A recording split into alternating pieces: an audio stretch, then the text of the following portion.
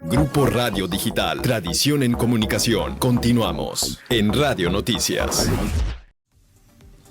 Bien, amigos de Sincronía Networks, ya estamos en la recta final de este espacio que se nos ha ido muy rápido, a pesar de que no generamos, digamos, un debate, ¿no? Que no tuvimos polos opuestos como en otras ocasiones hemos tenido, no ha sido un debate propiamente, pero sí de abonarle a un tema de coyuntura, un tema fundamental, un tema importante que hay que atender, y con especialistas como los que tenemos hoy, pues bueno, de lo que se trata es eso, de que ustedes tengan puntos de vista que les puedan servir, que les caiga el 20 para muchas cosas. Bueno, hablemos ya en la recta final de ese espacio del violentómetro. ¿Qué cosa es esto? ¿Cómo lo podemos observar?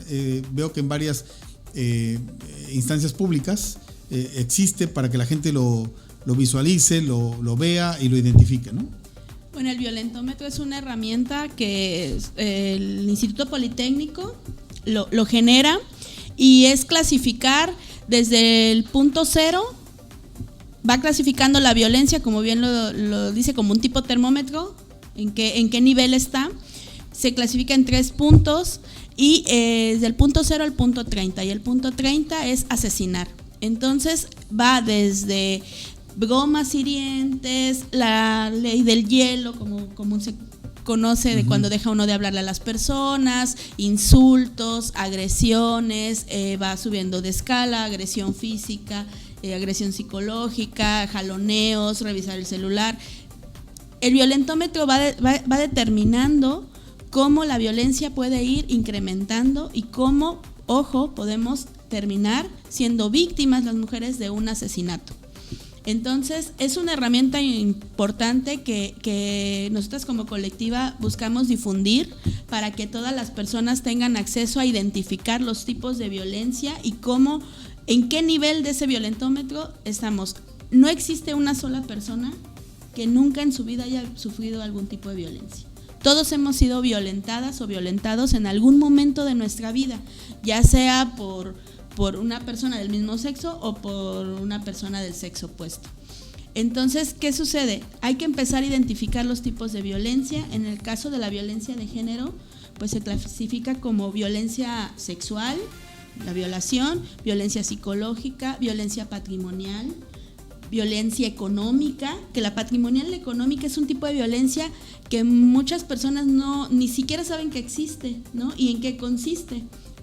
La violencia obstétrica también es un tipo de violencia de género en el cual muchas mujeres son víctimas. Entonces, nosotras como colectiva vemos esa necesidad de difundir cuáles son los tipos de violencia, y con el violentómetro que las personas puedan identificar en qué punto de esa violencia en su vida cotidiana viven.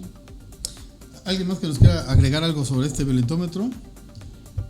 Bueno, este violentómetro sí es muy útil, sobre todo si se reparte a adolescentes, precisamente por lo que ya habíamos platicado, que están en ese proceso de romantización en sus relaciones, que puedan identificar, porque desafortunadamente este tipo de violencia la hemos empezado a vivir la mayoría de las mujeres desde muy temprana edad.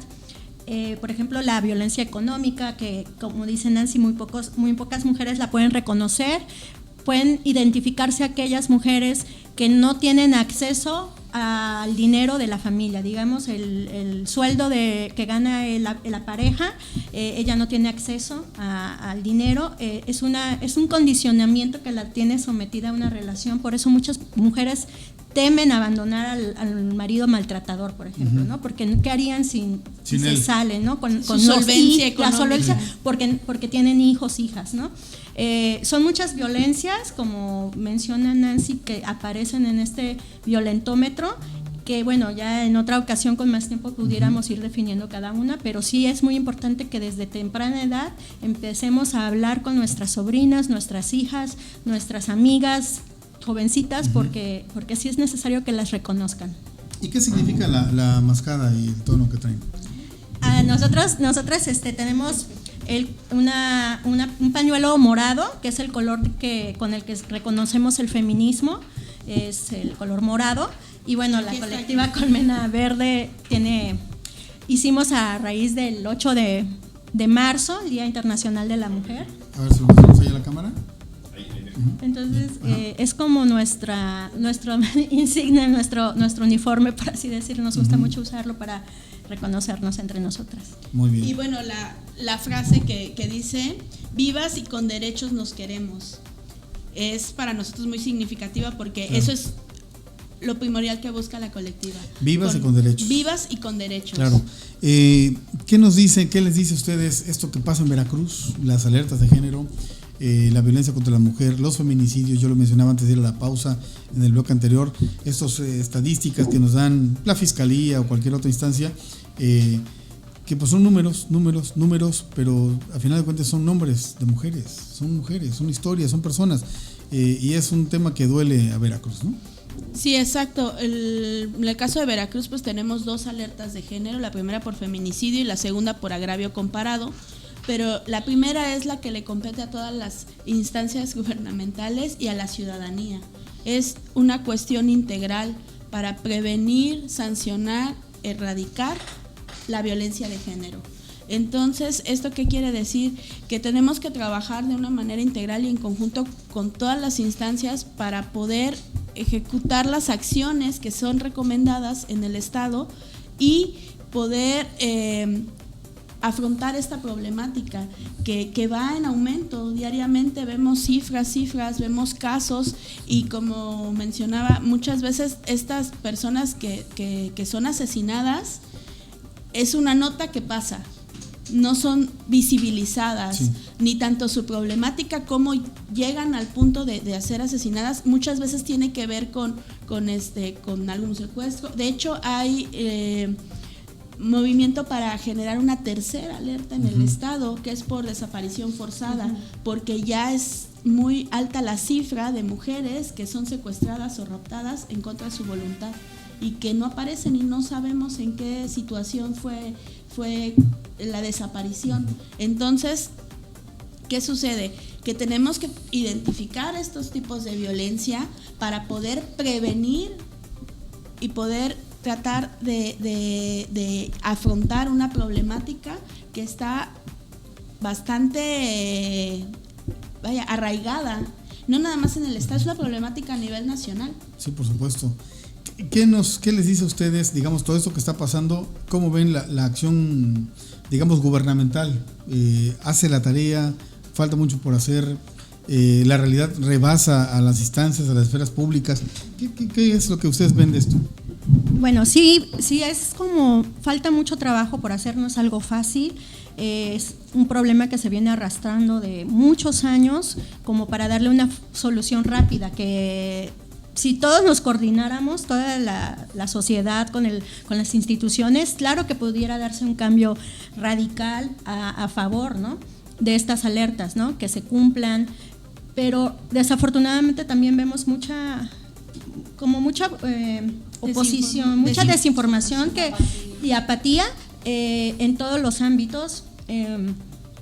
Es triste, por ejemplo, que se llegue a instituciones como las de salud, donde no se apliquen correctamente la norma 46, que falte capacitación al personal de los hospitales, a los jurídicos, a las escuelas, porque las universidades tampoco saben resolver los casos de violaciones o de acoso. Capacitarse es como una de las herramientas más decisivas para que estas alertas entren en funcionamiento y haya una diferencia, pero no se están dando como debe ser. Por ejemplo, algo que menciona mi compañera, la capacitación, en la cuestión gubernamental y de todas las instancias, hay algo que se denomina transversalización, transversalizar la perspectiva de género, desde lo federal, lo estatal, lo municipal, y de ahí se despliega, como dicen, en todas las instancias. Si no se genera esta perspectiva de género, va a ser muy complicado, muy difícil que se cambie el chip o el paradigma, la visión de lo que es la violencia de género, porque muchas veces la desinformación ayuda a que digan, no, es que están en contra de los hombres, o están peleando con los hombres, o quieren hacer lo que no se puede hacer. Son casi feminazis, ¿no? Exacto, pero no es eso. Tenemos una problemática real. Cualquier persona, cualquier hija, amiga, puede ser víctima en algún momento de una situación de violencia que pueda culminar en un asesinato, en un feminicidio. Entonces es un problema que nos concierne a toda la sociedad. Todos tenemos que tener esta conciencia de que es una problemática que sucede, no la podemos ocultar. Entonces, ¿qué se tiene que hacer? Pues tratar de generar una perspectiva, identificar la violencia cuando muchas veces el agresor es el que ejecuta un feminicidio, que son los casos más comunes. Sí. No son los únicos, pero son los más comunes. Y cómo poder prever. Hay varias herramientas también que desde apps donde puedes tener decir dónde estás en tu camino, ¿no? Hemos visto muchos casos, por ejemplo, chicas que abordan algún medio de transporte y desaparecen, o en la vía pública las raptan, o sea, son varios casos. Entonces, ¿qué podemos hacer como sociedad? Tenemos que ir construyendo esa ciudadanía donde entre todas y todos trabajemos para contrarrestar esta situación que si no lo hacemos no va a cambiar. Veracruz, los casos van a la alza, entonces nosotras como colectiva sí vemos esta necesidad de difundir a qué derechos tenemos acceso y también tener en cuenta que existen materiales como el violentómetro o como la ley de acceso a una vida libre de violencia en el estado de Veracruz. Es una ley que existe y que tenemos las mujeres acceso a ella y que está tipificando las violencias, y que muchas de esas violencias, cuando no vemos ese foquito rojo, pueden culminar en un asesinato y en un feminicidio. Lamentablemente, y muchos casos son conocidos y publicados. Finalmente, rápidamente, la gente que nos está viendo y que quiera conocer más de ustedes, que quiera sumarse, ¿dónde puede contactarlas o cómo le puede hacer? Ya para cerrar. Tenemos una página de Facebook, por favor, que es Colmena Verde. Ahí se pueden contactar. Ahí se pueden contactar con nosotros, y también tenemos redes sociales, bueno, Instagram y Facebook y Twitter. Y bueno, pues así es como se puede. Nos encuentran como Colectiva Colmena Verde. Es una página abierta, la gente puede dar like, seguir nuestro contenido. Tratamos de desarrollar nuestro propio contenido. También publicamos de otras páginas. Al final, pues también hay que visibilizar lo que sucede. Pero bueno, ahí van a ser bienvenidas todas las mujeres, niñas, en general toda la sociedad que quiera seguirnos y participar, porque también hacemos ahí visibles nuestros proyectos. Pues enhorabuena, felicidades por el trabajo que vienen realizando y gracias por habernos acompañado. Gracias por invitarnos. Gracias a Nancy Torres, gracias a Cari Hernández de María, Velázquez, Mari y Fátima Alejo. Muchas gracias. A ti, muchas gracias. André, pues gracias a usted que nos siguió a través de Sincronía Networks, gracias al señor Abraham Exome, muchísimas gracias a la gente que nos siguió por la radio, a través de Grupo Radio Digital. Que tenga un excelente fin de semana, disfrútelo mucho. Gracias, cuídese. Acaba de informarse de las noticias más importantes en el noticiero estatal del Grupo Radio Digital, Radio Noticias, con Jorge Faibre. Le esperamos de 7 a 9 de la mañana de lunes a sábado. Grupo Radio Digital, tradición en comunicación.